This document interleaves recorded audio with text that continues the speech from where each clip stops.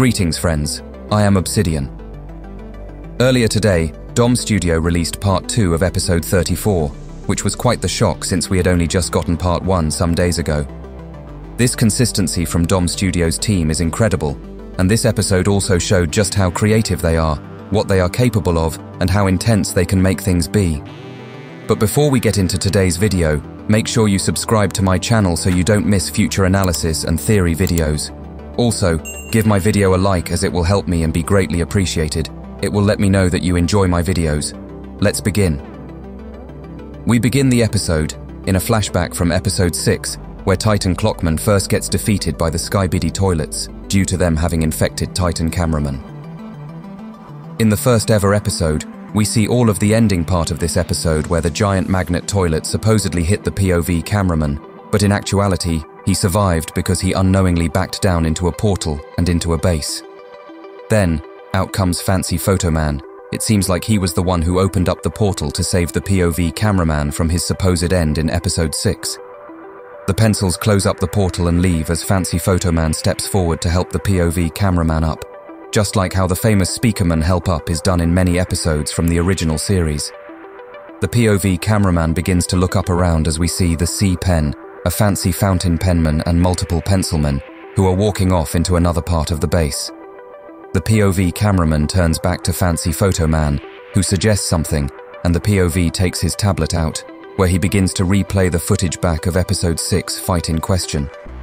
I do wonder what they were planning to do in this regard, since they were perhaps looking at the footage to find a way of repelling magnets so that the Skibidi toilets wouldn't be able to use them again, or finding a way to rescue Titan Clockman at the time. The POV cameraman hands the tablet to Fancy Photo Man, and he begins to look at it along with the Fancy Fountain Pen Man, who then look at each other as the C-Pen begins to talk. C-Pen says, "We can't help. We are not enough in numbers to have a high chance of winning. We must take our time and create enough clones. Please understand." This news sadly makes the agents look down at the floor since this is likely not what they wanted to hear, and they just want to be of help to the Alliance. On a side note, this is probably the reason why they took so long to show up, because they spent a very long time building themselves up in numbers, which obviously took longer for them. Anyway, the Fancy Fountain Pen Man steps away and then towards an area which happens to be a large board for drawing on.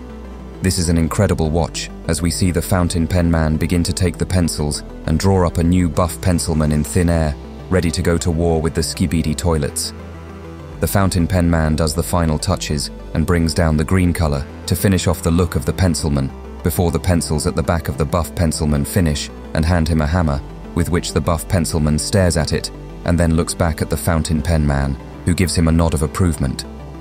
The scene now changes and shows us the C-Pen, who begins to speak again and says, "Father, I have found their secret shelter," which then makes him open a portal up to where the location is. The Fountain Pen Man steps forward and begins to look at the portal and then at the C-Pen as he continues talking. C-Pen says, "I don't know how, but I'm sure." Now, this is the first red flag for C-Pen. Why did he just suddenly act up like this and find the humans, who he thought were Skibidi toilets? Maybe he's been taken control of all this time. But we'll talk about this later on. The scene goes back to Fancy Fountain Pen Man, who looks over to the side to see some of the pencilmen coming in, and he nods to them and then to the Fancy Photo Man and POV cameraman, before they all through the portal, leaving the Fancy Fountain Pen Man behind. The scene changes once again, and we see buildings that are in a forestry area. Another change, and we see a random TV being held when a human stands up. I swear the Skibidi creators this week have been referencing humans a lot, and they must have planned this for sure. We begin to see more life as a child runs past, and we see other children playing with a football, while two men are around a corner looking as if they're spying on the Skibidi toilet guards that are nearby them. Probably wondering why these humans in toilets, who they don't know are Skibidi toilet mutants, are guarding them. The scene changes once again, and a little girl is seen holding a photo that contains her and her father, and if you weren't aware, the father in the photo is none other than Male 07, from the beatbox multiverse that Dafuk Boom was cooking up during when he began Skibidi Toilet, and it was episode 8 when we got the second part of the beatbox multiverse. As a further note, I mentioned in a previous analysis that the multiverse of beatbox was a connection, the Skibidiverse, which I was correct on since Males 07 is the commander of the toilets, as well as the first ever Skibidi toilet, and this girl's father. We get confirmation about this later on. Anyway, a woman opens the door behind the girl as she says, "Bethany." This must be the little girl's mother, who turns to the young girl and asks her, "What are you doing?" Bethany replies to her mother and says, "I miss Dad. He promised he'll come back for my birthday." The mother walks over to the young girl and sits down next to her as she tells her, "Today is not your birthday, it's tomorrow.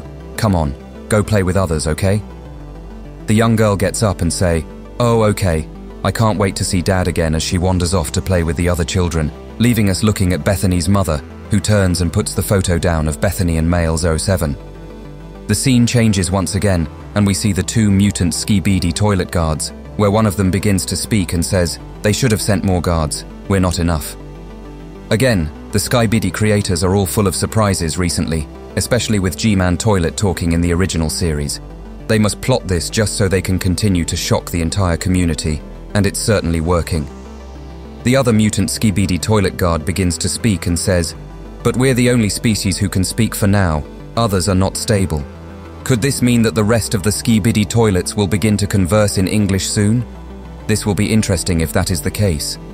The other mutant replies to him with, "Yeah, less they know about this war is better." The second Skibidi toilet replies with, "They're the last ones after all." Before I continue, this must mean that these humans don't really know a lot about this war, and they're just trying to survive. I get the impression that these humans are the last group of humans on the surface, and the mutant toilet guards were sent here, most likely by the commander, to keep his family that we saw and the rest of the humans safe and out of the war zone. Suddenly, a noise is heard from behind, and the two mutant Skibidi toilet guards turn to look at where it came from. Both of them see a portal that has opened up, and out steps the pencilman, along with the C-Pen and fancy photo man.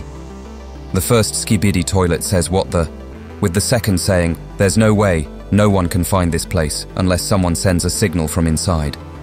Which does seem to be what happened. It seems like maybe Alpha's master or whoever is controlling and told C-Pen about the location did this from the inside. I'm sure that we will find out who they are though. Before either of the mutant Skibidi toilets can do anything, the toilet to the left is shot dead, while the second Skibidi opens fire on the pencilman with a machine gun.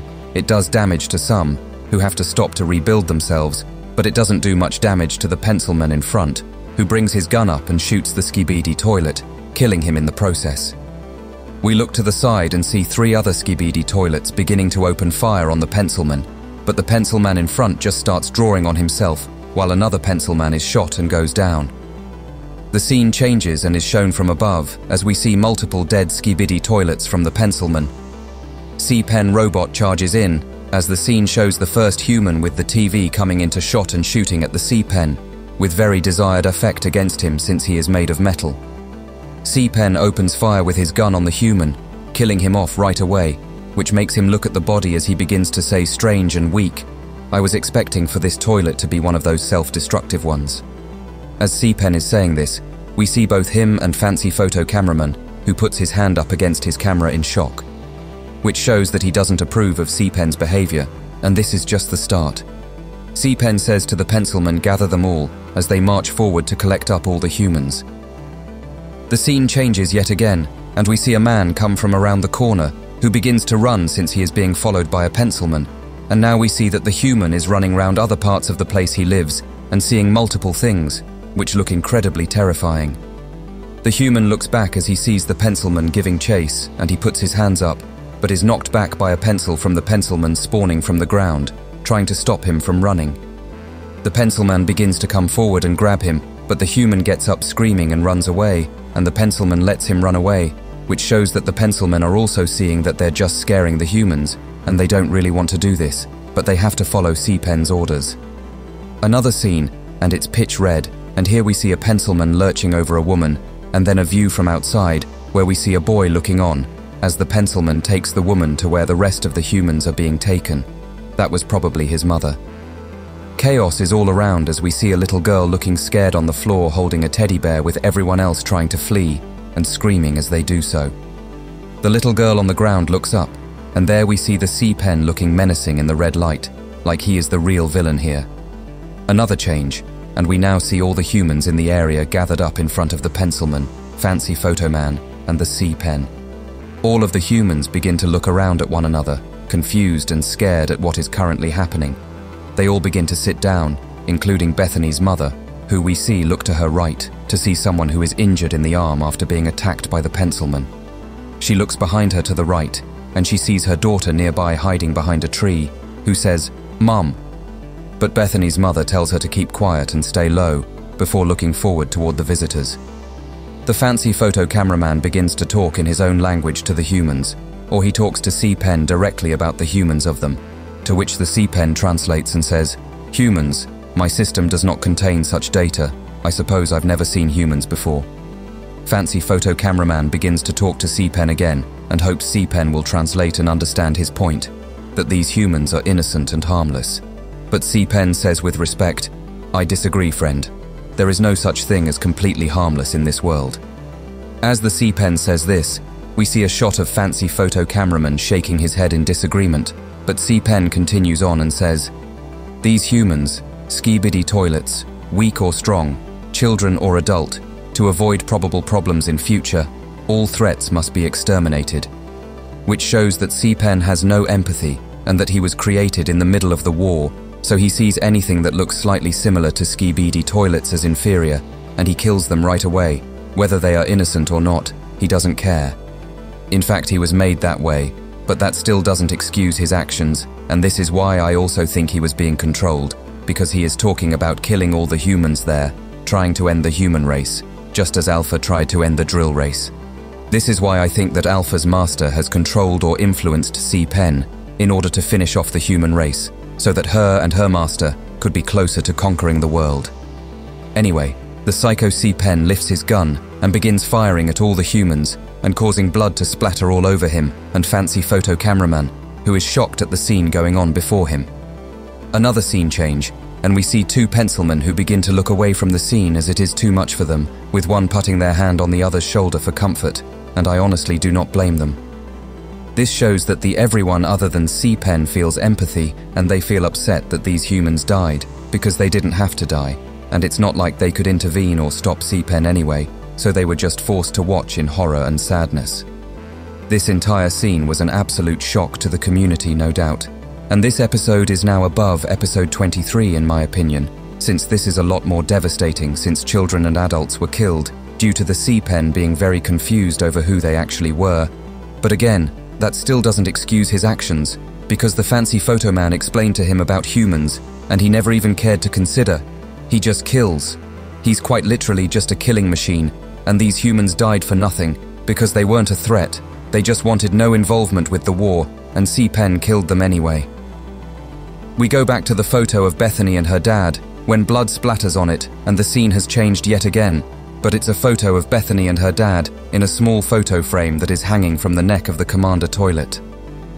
He has this pendant in his hand, and he looks at the photo, as it's evident that he misses his daughter dearly, when the sound of someone coming into the room takes him away from his thoughts, and he looks up, and we hear someone say, "Commander," with the scene ending, which also shows that this was seconds before the mutant squad went to talk to the commander back in the flashback of episode 33. This also showed and confirms that he is indeed the father of the girl, and like I said, he more than likely was gone for a long time, since he was known as the first volunteer to evolution by the human Isaac Kleiner scientist toilet in the flashback of episode 33. So he was gone for a long time, and as the commander, he likely sent out some mutant toilets on a mission to secure his family and the remaining humans in this village in order to keep them safe and away from the war zone.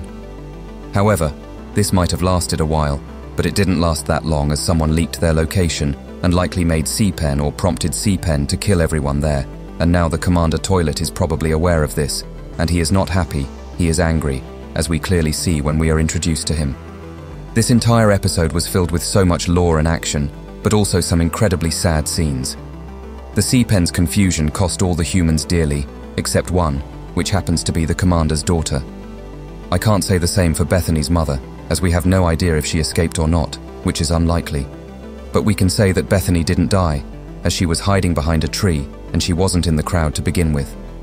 However, in season 08 of the Multiverse, during the secret scene, There was someone hiding under the sheets in Fancy Photo Man's house. This is clearly a human, and the human in question is Bethany, who likely had escaped and got away from being killed off by C-Pen during the devastating moment. And this tells me that Fancy Photo cameraman wanted to help Bethany since he felt terrible after what had happened to her mother and the people she lived around. During the secret scene, the flashback he has is of that very moment of the C-Pen opening fire on the humans, and it still haunts him to this day due to how he was unable to do anything for them. And clearly, he is keeping Bethany here safe in his house and undercover, away from C-Pen's eyes, so that he doesn't kill her too. Did you enjoy this episode, friends? If you did, write your answers or any theories you have in the comments, as they are always welcome.